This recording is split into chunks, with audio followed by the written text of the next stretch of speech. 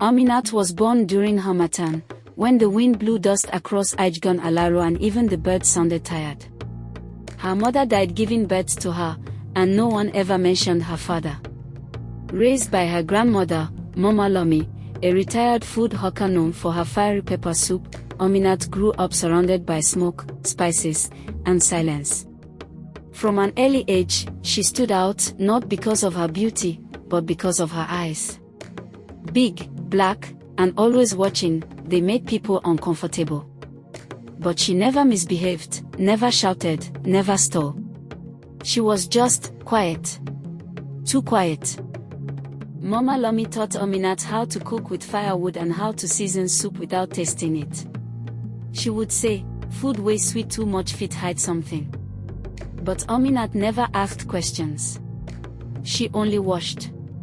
When Mama Lomi passed away, the neighbors expected the young girl to struggle, but instead, she began selling fried yam and fish by the roadside.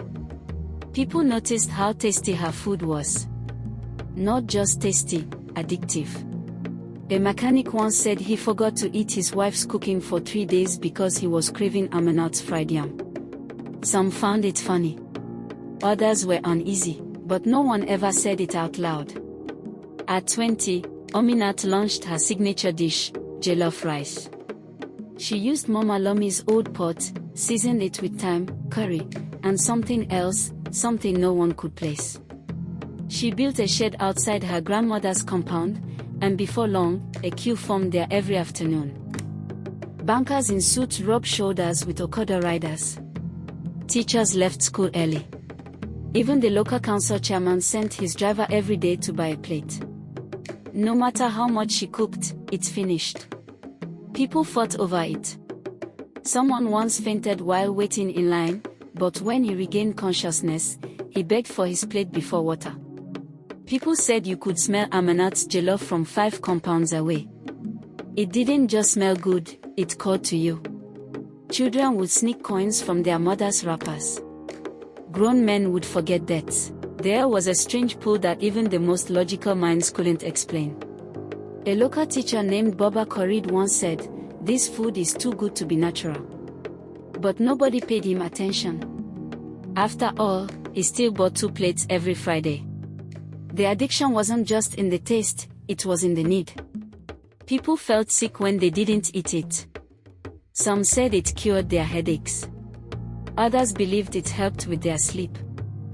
Before Ominat, the market had Aya Risi, who made mouth-watering coconut rice, and Madame Ronk, known for her momwa. But slowly, one by one, they closed their shops. Business dried up. Customers stopped coming. When asked, they would only say, "They're all buying from Ominat now." It wasn't normal. How could one girl with one pot take over an entire town's appetite? Aya Risi swore she once saw Ominat washing her pot with red oil and ashes under the full moon. But she kept quiet. Who would believe her over the new food queen?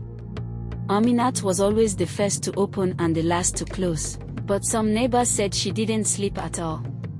One boy claimed he saw her walking behind the compound at midnight, carrying a white bowl and whispering. Another said she buried something behind her cooking shed. When word spread, Ominat only laughed. "People don't like to see young women succeed," she said. Her voice was soft, almost melodic. Her smile, perfect. And with every denial, her customers became more loyal. Some even defended her fiercely. "Jealousy is a disease," they said. "Let the girl cook." Then the dreams started. People began to dream of firewood that burned without smoke, pots that stirred themselves, and a woman's voice chanting over boiling rice. The local herbalist, Baba Ogunlai, dreamt of a giant pot covered in chains. He warned the elders, but they waved him off. "It's just indigestion," they joked. Still, the dreams continued. Some heard drums in their sleep. Some woke up craving jollof rice so desperately they walked barefoot to Aminat's shed. It didn't make sense. But by now, sense no longer ruled Ijegun Alaro, appetite did.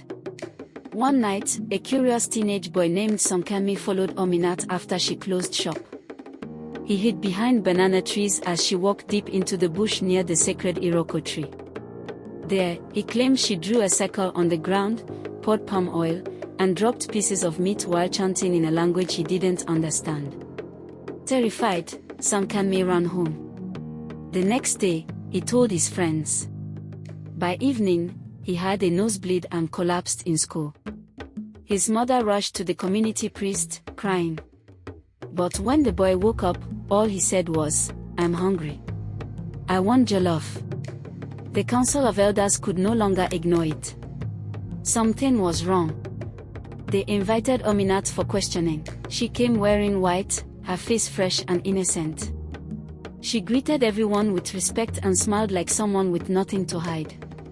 They asked her about the dreams, the bush rituals, the addiction. She denied everything. She was just a girl who cooked well, she said. Was that now a crime? The elders exchanged uneasy glances. They had no proof. Just rumors. And hunger. Then something terrifying happened. A young mother named Mojisella, on her way to buy Aminat's jollof, forgot her baby at home. She was halfway through her second plate before she remembered. She screamed, ran home, and found her baby crying alone on the floor. The news spread like wildfire. How can rice make a mother forget her child? People asked. But nobody stopped buying. In fact, the lines grew longer. The more strange things happened, the more people craved her food. It was no longer a meal, it was an obsession. Pastor Ayola of the Mountain of Fire Church had never eaten outside, not once. But one day, he stood in line at Aminat's shed, sweating in his robe. He bought a plate and devoured it in silence. That night, he confessed to his wife, trembling. "I don't know why I went there. My legs just moved." His wife was horrified. What spirit is moving men of God towards street food? The next Sunday, the pastor preached on food from the devil's pot. But even he knew, it was already too late for many. A popular wedding in Ijegun Alaro almost turned into tragedy. The bride, who had always planned to use a professional caterer, insisted on Aminat's jollof. She paid triple the price and had it delivered in silver coolers. After the meal, the groom disappeared for 2 hours. He was found near Aminat's shop, buying another plate. His bride wept through her veil. "He left me on our wedding day for rice." The elders were called again. This time, they sent for someone feared across the region, Chief Sango Alade, the town's traditional enforcer.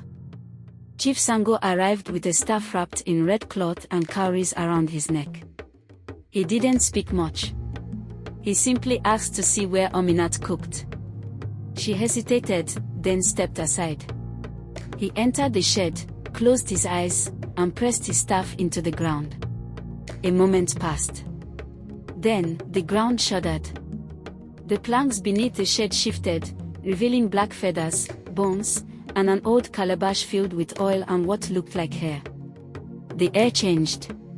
Everyone felt it. Even the flies scattered. That night, Chief Sango summoned the elders and said, she didn't cook alone. Something else was eating with her. Something old.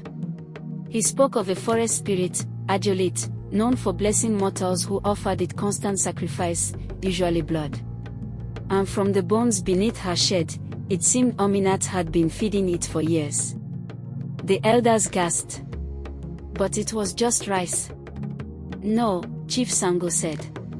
It was never just rice. It was blood, disguised with curry. That night, Ominat vanished.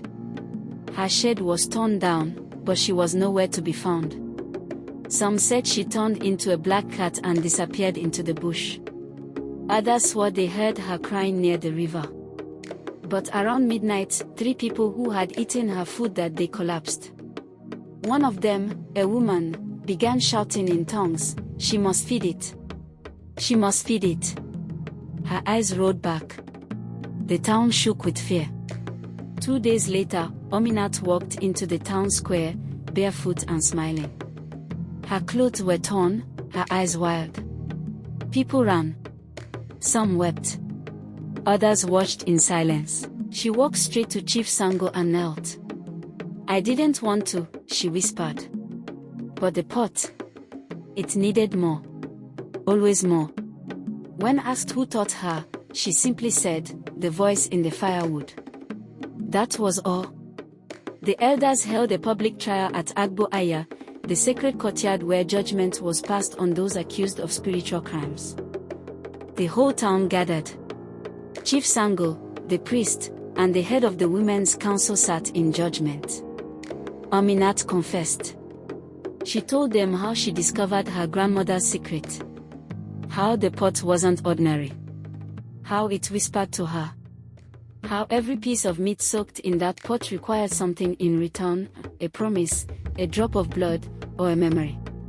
She admitted she couldn't stop. "The day I tried, the pot screamed." That night, 10 customers fell ill. I was trapped. The town was divided. Some cried, remembering the joy her food once gave them. Others shouted, "She is a witch." Chief Sango raised his staff and declared, "She will not die. Death would free her. But she will never cook again. Let her hunger remind her of what she fed us." The sentence: banishment. Ominat was stripped of her rights as a citizen. Her name was erased from the market records. Her land reclaimed. Her pot broken. And she was walked to the edge of Ijegun Alaro with a single wrapper and no shoes. The entire town followed in silence as Ominat walked the dusty road out of Ijegun Alaro. Children wept. Women looked away. The men said nothing. She never cried. She only looked back once, at the shed that once made her queen. No one dared to speak to her. As the sun set, she disappeared into the forest, barefoot and alone. Birds flew overhead, and the wind whispered, "She's gone." But even then, the scent of smoky jollof still lingered in the air. A week after Aminat's exile, people began to heal. Some suffered withdrawal. Others fasted. The town went back to beans, yam, and normal jollof. Slowly, things returned to normal. But the shared space remains empty. No one cooks there. Not even the border's food vendor. And once in a while, late at night, someone walking past swears they hear a pot lid clatter. Or smell fried meat. And when they do, they walk faster. Because no one in Ijegun Alaro will ever forget the girl whose food tasted like heaven, but was cooked in hell.